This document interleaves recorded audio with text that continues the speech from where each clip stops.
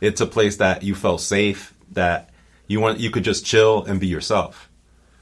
Yeah. And I'd like to say this. I'd like to preface this too. I'm not saying that like any single person, it doesn't matter what ethnicity, what culture, what race you come from, you still have to be good with kids. Like you can't just be like, hey, I'm such and such and I'm this, so therefore listen to me. It's not that easy. But what I'm saying is when you put like a good teacher who happens to look like the kids, it just is, you just see kids flock. I've seen kids flock to certain teachers just based on the fact that it's like comfort. And I often say to like when you know, my fellow white colleagues push back on certain things, you know, in equity and in diversity, I always say like, could you imagine if I come into a room and I speak a certain language, right? Like I don't speak English and insert any language here, right? And there's 28 to 30 people in that room. And 27 of those people are speaking English, foreign to me.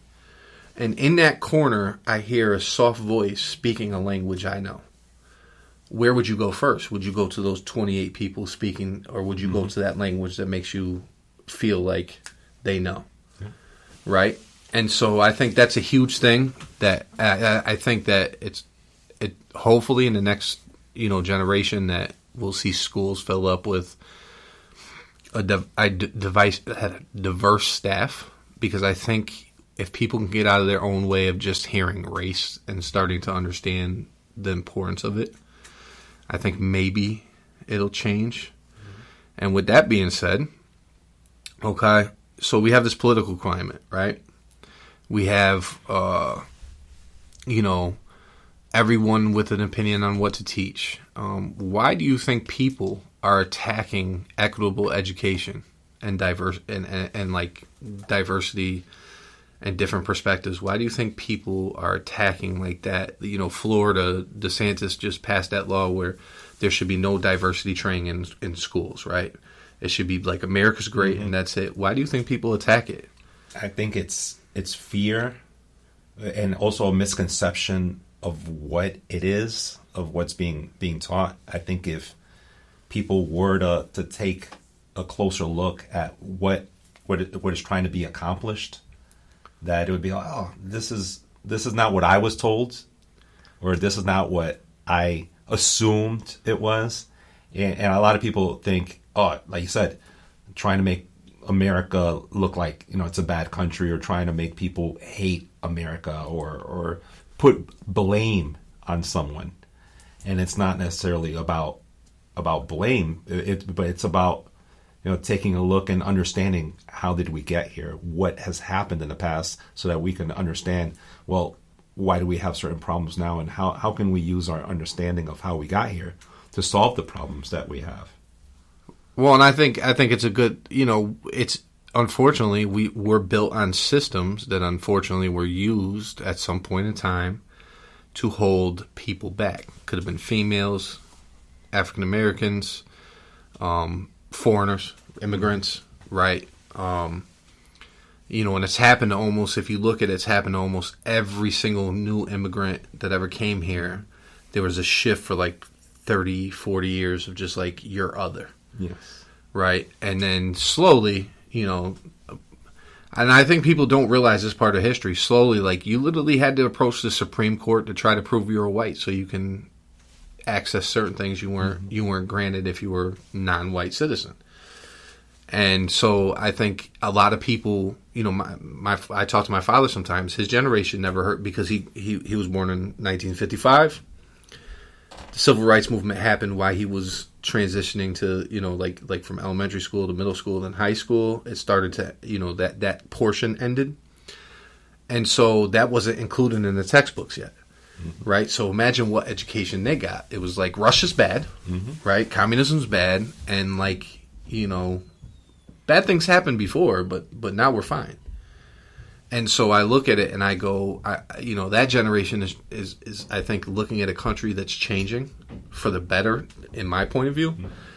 But I don't know how I would feel if I was taught that America was the greatest place on earth and nothing bad happened. Mm-hmm. And then all of a sudden now we're hearing our kids come back and saying, like, did you know that like 16, 19 was like the first slave that was brought here, and then like millions upon, and because I argue with people and they're like, well, there's more slaves that went to the Caribbean and to the into South to Brazil, and I'm like, yeah, but we literally invested in the United States in breeding future slaves. Yeah, that chattel slavery. And I think people don't understand. Like, it's like I always say this to the kids when I'm teaching. I'm like, can you imagine you're a mother or father, your son or daughter's born, but it's really not yours.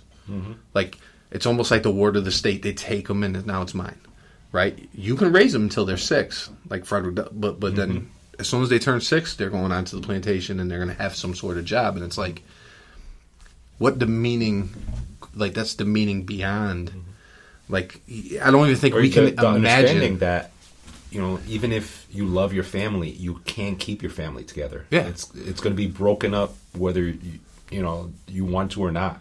And if we probably see a strong bond, we have to break it up because that's dangerous, right? That's dangerous when you family of 5, 6. That even today, like if you look at family, if you're this, the world's trying to break it because it's like that strong bond. Like, I'm not going to do things that the world wants me to do because I'm being raised to to be strong. Even the whole concept of family, yeah. It's like you have a father figure. No, because yeah. you were bred to be a slave, and your father was sold, or you end up getting sold.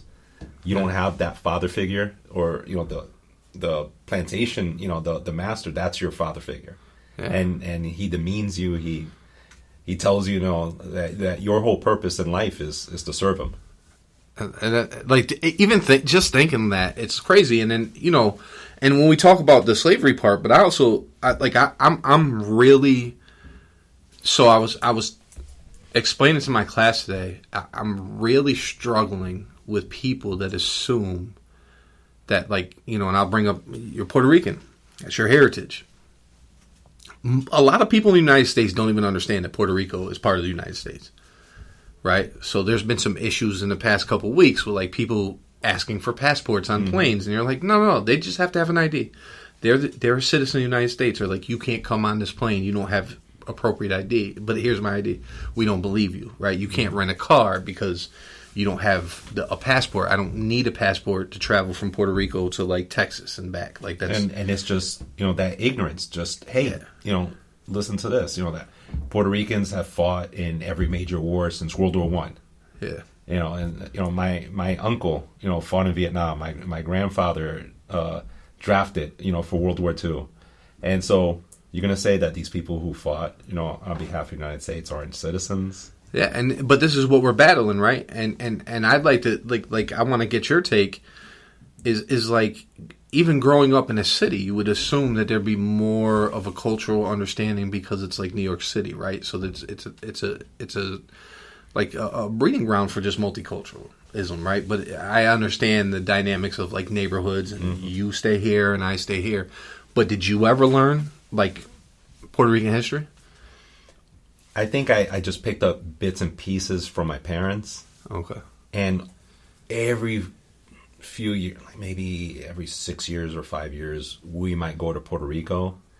But that was a bit of a culture shock. And so I found out that, or as my cousins would say, you're not Puerto Rican, you're New York Rican. And it's almost like a different culture. Yeah. And I think it wasn't until I went to maybe college that I really started to take an interest in my culture, my heritage, because it wasn't there for me to take it for granted anymore. I wasn't around my mom's, food. I wasn't around the music that my dad was listening to anymore. And I missed it. And I guess I wanted to internalize it a bit more. And that's when I started learning more about my history. And those trips to Puerto Rico became more meaningful. And it started to be more about who am I? And learning, the history of not only my parents, but my grandparents, my great-grandparents, people that I've never met, but who are part of my history and my heritage. And that's what I think a lot of it I learned because I didn't grow up with it.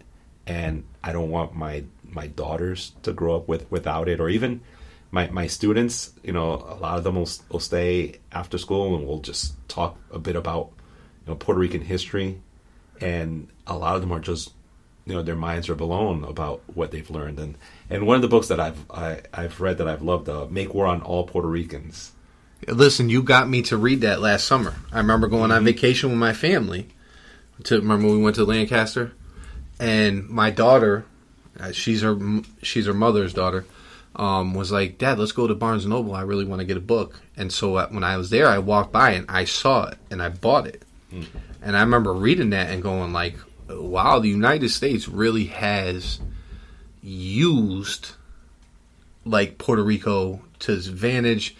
Watching I remember watching like a documentary, and it actually could have been like John Oliver. Mm-hmm. I think it was like after Hurricane Maria, and they talked about like the history of Puerto Rico. Then I watched like a documentary on, and I'm gonna butcher this name, but it's like Vieques. Is that how you spell it? Yeah, Vieques. Yeah. And like how the United States Air Force and like the NATO allies would use it as bombing runs, and then that the one guard that got killed and the other like 5 that got hurt. And then I was actually working with somebody who was from Puerto Rico. He joined the Coast Guard, and then he moved to Springfield and he got a job with the state. And we would talk, and he's like, "Oh yeah, like the United States, like." He was like, all food and all the imports have to go through a U.S. port before, so it like marks up like an extra $2 on everything. Mm-hmm. But we don't get the money and the access to certain benefits like Medicare, Medicaid benefits that the main United States gets. And then you start piecing together. You see all these documentaries, and then you see how they treated Guam and American Samoa, and you're like, why? And then you realize like. It blew my mind to realize that Puerto Rico has more people than the state of Connecticut where we live. And it's not a state. And you're like, wait a minute, they could vote in primaries, but they can't vote in presidential elections. So, and I look at it and I go, so we're treating United States citizens like second-class citizens purposely. Mm-hmm. And why would we not want that? Why would we not want our fellow citizens to access voting? And the only thing I could come up with is the same reason why we tried to block African Americans from voting, women to voting. It's perspective and power. Mm-hmm. And it kind of breaks my heart because it's like, in one aspect I learned, but another aspect it was like another notch of like, damn it. But now that you can't fix a problem if you don't know it exists. Yeah. And I think that's the thing. And just, learning about these problems, now you know about it. Yeah. And so if someone says something... a bit naive or ignorant, you can set them straight. And that's the thing. I think that's what equity and diversity is in the school system, right? Is the ability to educate. Not. I don't want to make you do something you're uncomfortable with. But what I would like you to do is want to do it for our students. Yeah. Well, open up your mind. Yeah. And understanding their perception of things. Yep. And how they, if you can understand where they're coming from, you can work with them a lot better. Yeah, and it's amazing, working in a district I live in, it allows me to relate differently because I know these kids. I coached them in AAU. The kids played on my kids' teams. I know the parents, so it's like I kind of know what these kids need. Like I know what they're going through. I know what the city is. And it's like, so it's interesting because a lot of times, even for me, I think one of the biggest things, and you hear it all the time when it's police reform, is a lot of the people that serve the district or the community actually just don't live there or don't relate to the people that live there.